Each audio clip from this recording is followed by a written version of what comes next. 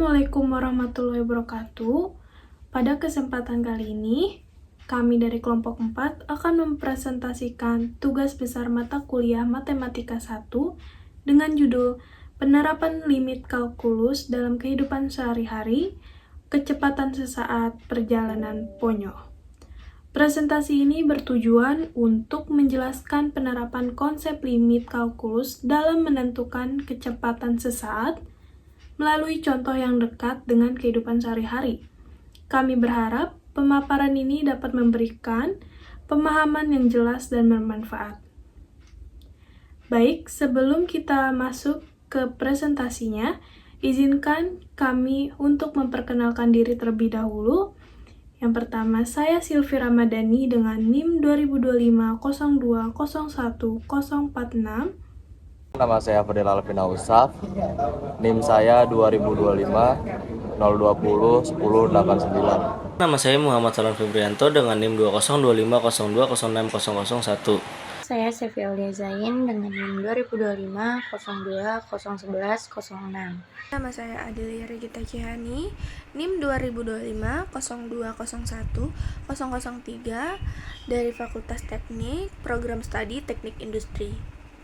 Baik, pada kali ini, judul kita adalah penerapan limit kalkulus dalam kehidupan sehari-hari, yang dimana kita memakai konsep kecepatan sesaat saat perjalanan ponyo. Di sini ada latar belakang. Saya akan menjelaskan latar belakang mengapa konsep limit sangat penting dalam mengukur gerak benda. Pertama, mari kita lihat fakta di kehidupan sehari-hari. Dalam kenyataan, benda itu jarang sekali bergerak dengan kecepatan yang konstan atau tetap.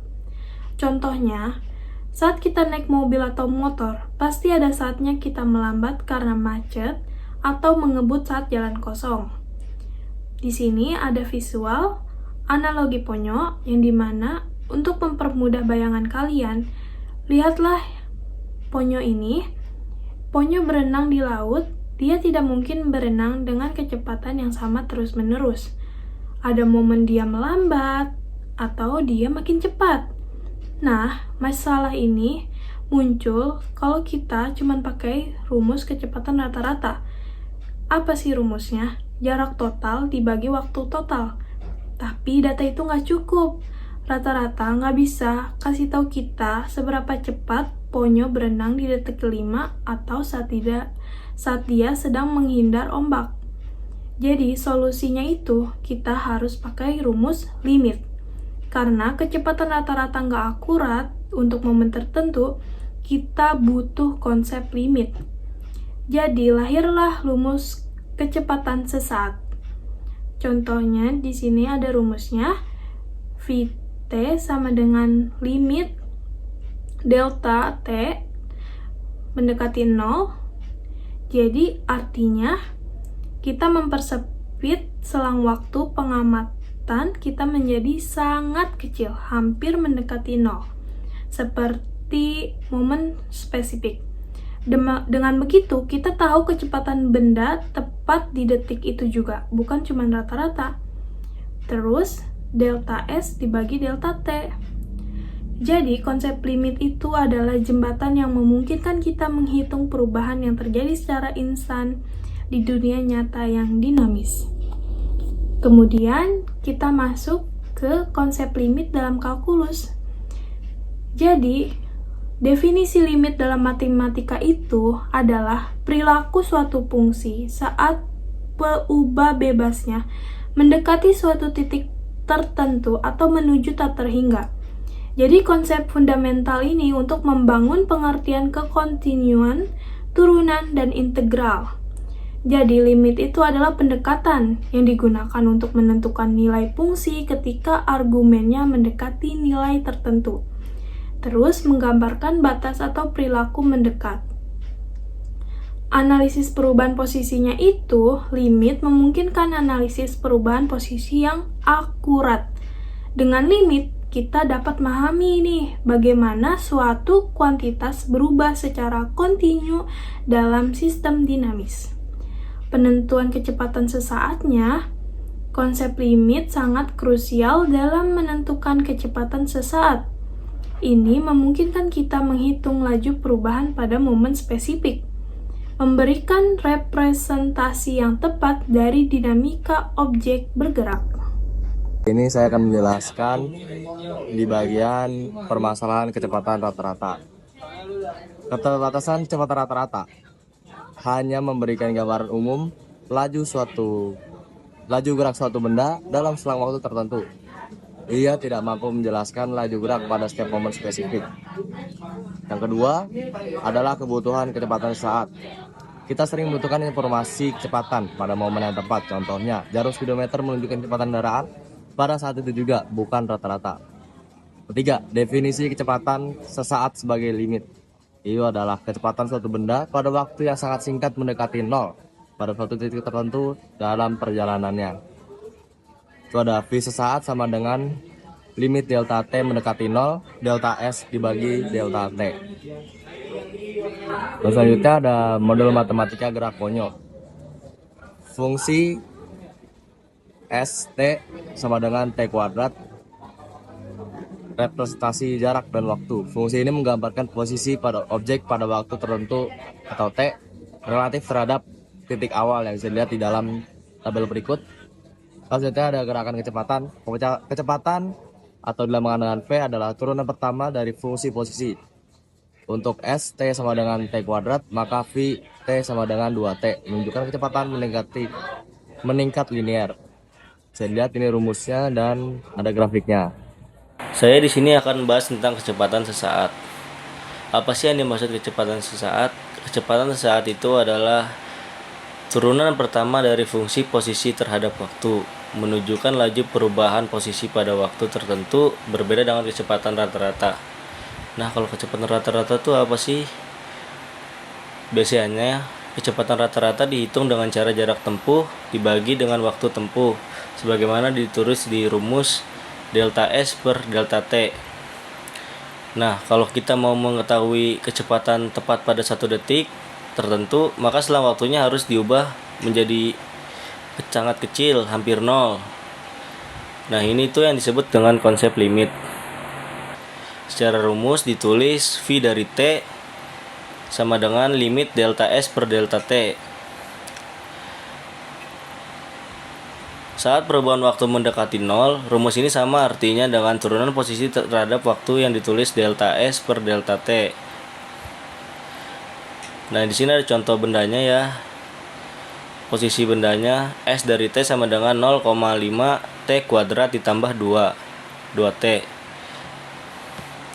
Ketika rumus ini diturunkan, kita dapatkan kecepatan V dari T sama dengan T ditambah 2. Artinya semakin lama waktu berjalan, kecepatan benda semakin besar. Dan di sini juga ada contohnya. Jika kita mengisi target kecepatannya, kita isi menjadi 8. Kita ambil rumus kecepatan yang tadi, V dari T sama dengan T ditambah 2. Lalu kita isi target kecepatannya menjadi 8. Kemudian kita pindahkan 2 ke sebelah kiri sehingga didapat T sama dengan 6. Artinya benda mencapai kecepatan 8 meter per detik pada waktu 6 detik setelah mulai bergerak. Kesimpulannya, dengan konsep limit dan turunan, kita bisa menghitung kecepatan benda di setiap waktu tertentu dengan lebih akurat. Pada slide ini, saya akan membahas tentang menentukan waktu saat kecepatan ponyo mencapai 8 meter per second dengan menggunakan konsep limit dalam analisis gerak. Dalam studi gerak, kita sering ingin mengetahui kapan suatu objek mencapai kecepatan tertentu. Pada kasus ini, objek yang kita amati adalah ponyo, dan target kecepatan yang ingin kita capai adalah 8 meter per detik. Menentukan target ini penting sebagai acuan dalam perhitungan selanjutnya. Konsep limit digunakan untuk mengetahui nilai yang didekati oleh suatu fungsi ketika variabelnya mendekati nilai tertentu. Dalam konteks gerak, limit membantu kita menganalisis kecepatan sesaat, yaitu kecepatan pada waktu tertentu, bukan rata-rata, karena itu, limit sangat penting dalam memahami perubahan kecepatan terhadap waktu. Secara matematis, masalah ini dinyatakan dengan limit Vt saat T mendekati Tf sama dengan 8 meter per second. Langkah-langkahnya adalah pertama, mengidentifikasi fungsi kecepatan Vt. Kedua, menetapkan nilai target kecepatan yaitu 8 meter per second. Dan ketiga, menyelesaikan persamaan limit tersebut untuk mencapai nilai waktu T. Dengan menerapkan prinsip limit pada fungsi kecepatan ponyo, kita dapat menghitung waktu yang diperlukan agar ponyo mencapai kecepatan 8 meter per second secara lebih presisi. Hasil ini menunjukkan bagaimana konsep matematika, khususnya limit, dapat digunakan untuk menganalisis peristiwa fisika dalam kehidupannya. Pada slide ini, kita membahas interpretasi hasil dari gerak lurus berubah beraturan atau GLBB. Dari grafik yang ditampilkan, dapat kita lihat bahwa kecepatan meningkat secara seiring bertahannya waktu. Hal ini menunjukkan adanya percepatan konstan yang merupakan ciri utama dari GLBB. Secara matematis, kecepatan sesaat dinyatakan sebagai turunan pertama dari fungsi posisi terhadap waktu, yaitu Vt sama dengan dx per dt.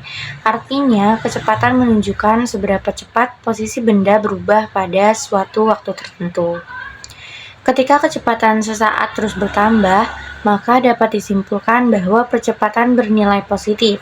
Kondisi ini penting untuk memahami dinamika gerak dan membantu kita memprediksi posisi serta kecepatan benda di waktu yang akan datang. Lalu di sini terdapat penerapan dalam kehidupan sehari-hari. Yang pertama, cara kerja speedometer kendaraan. Speedometer adalah alat penting untuk menunjukkan kecepatan real time, membantu pengemudi mengontrol laju kendaraan dengan akurat.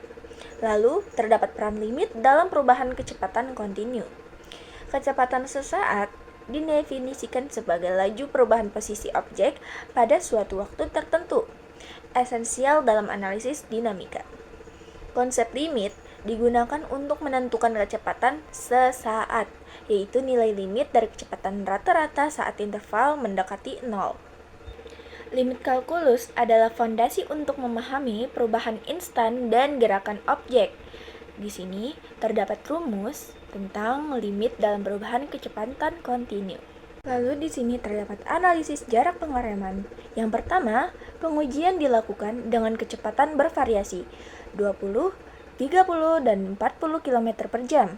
Lalu yang kedua, tekanan pedal rem konstan 80 Newton diterapkan. Sampailah kita di tahap kesimpulan. Yang pertama terdapat peran penting limit kalkulus.